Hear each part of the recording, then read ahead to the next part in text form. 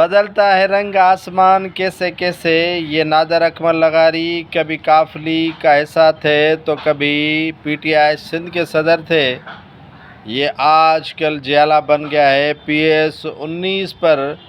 شکست دے کر آیا تھا باری پتافی کو۔ باری پتافی جو پاکستان پیپلز پارٹی کے سابق رکن سندھ اسمبلی و سابق صوبائی وزیر بھی ہیں، گھوٹکی کے PS-19 دہرکی سے یہ اس مرتبہ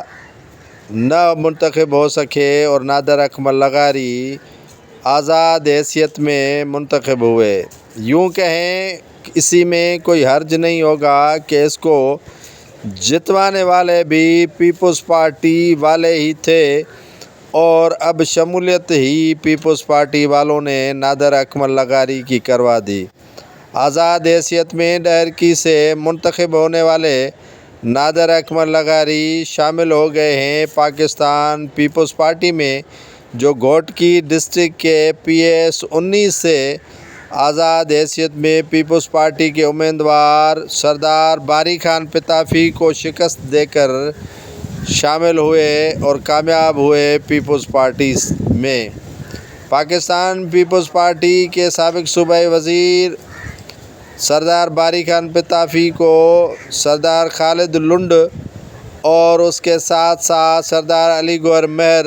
اور دیگر رہنماؤں نے بری طرح ہروایا اس آزاد امیدوار نادر اکمل لغاری کے ہاتھوں۔ پاکستان پیپلز پارٹی کے امیدوار باری خان پتافی کی کھل کر کی گئی مخالفت اور بالآخر وہ ہار گئے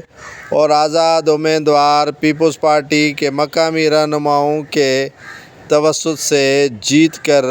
میدان مار لیا۔ آج پہنچے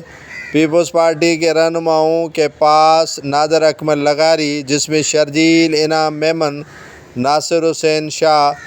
اور دیگر رہنماؤں کے ساتھ کی ملاقات میں خالد لنڈ بھی شامل تھے، جو